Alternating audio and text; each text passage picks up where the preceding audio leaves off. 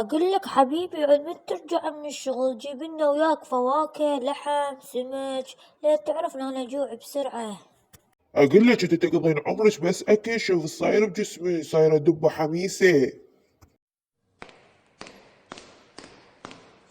هلا بالحب، شلونك مريم؟ مشتاق لك هواش، طالع اليوم تخبلين.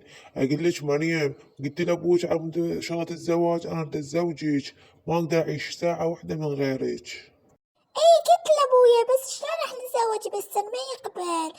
لازم نتزوج علني. بس تعرفين انا متزوج هاي الدبه الحميسه، وانا ان شاء الله بس اضبط اموري راح اعلن زواجنا. يلا حبيبي ماشي راح اضغط على بابا على مود يوافق. أنا هم ما أقدر أعيش من غيرك وأنا هم أحبك هواية. يلا جهزي نفسك باكر العرس، وانا راح اتفق ويا مرتقى حسافر للصين واكذب عليها. اقول لك علام انا راح اتزوج مريم بالسر وبدون ما تدري مرتي، وخافت خبرك مع الشركة.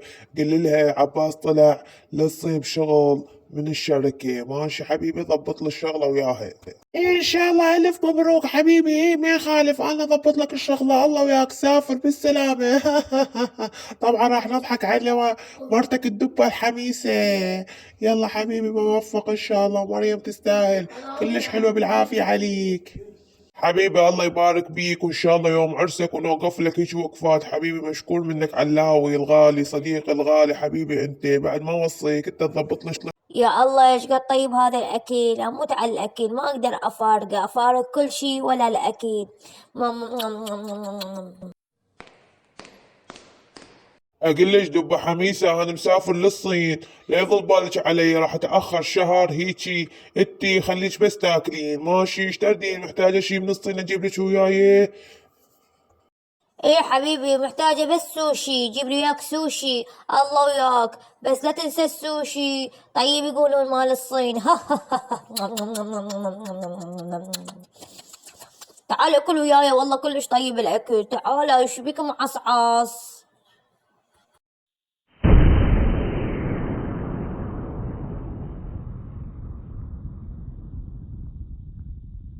واخيرا تزوجنا مريم حبيبتي، وانت طالعه كلش حلو بفستان الفرح.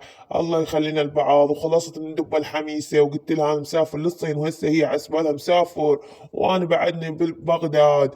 هسه خلينا نروح للفندق حبيبتي ونقضي احلى شهر عسل انا وياك. حبيبي عباس الله يبارك بيك وانا هم احبك هواية وان شاء الله نبقى سعيدين طول العمر. الله يخليك الي.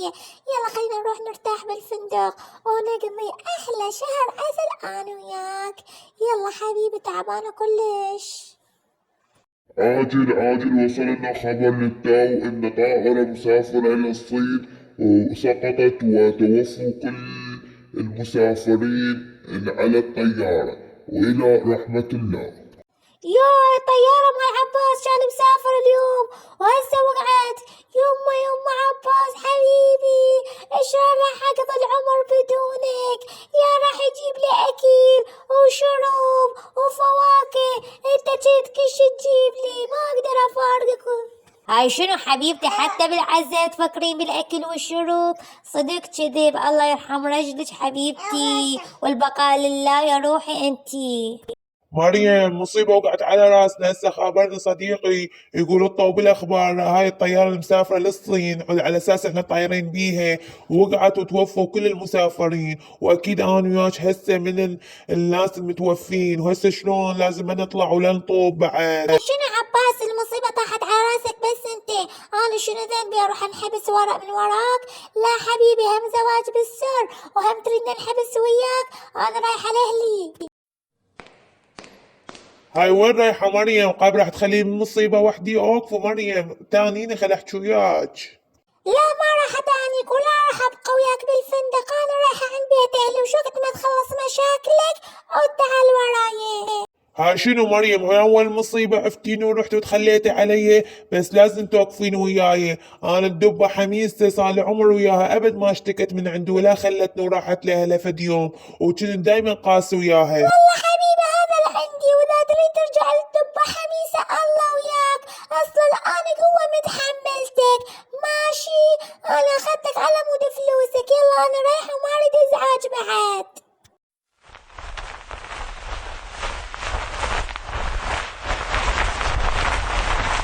أنا كلها من ايدي ما رضيت بالدبة حميسة، رحت تزوجت مريم وتخلت علي بهاي البساطة. هسا أني ميت بالحياة، لا حول الله ولا قوة إلا بالله. شلون راح أطلع من هاي المصيبة خلتني وحيدي مريم؟ ولهنا إذا عجبكم الفيديو لا تنسونا باللايك والاشتراك فضلا وليس أمرا. انتظرونا بفيديوهات قادمة ولا تنسونا باللايكات، فجروا الفيديو باللايكات. وشكرا لكم ولحسن متابعتكم. باي باي.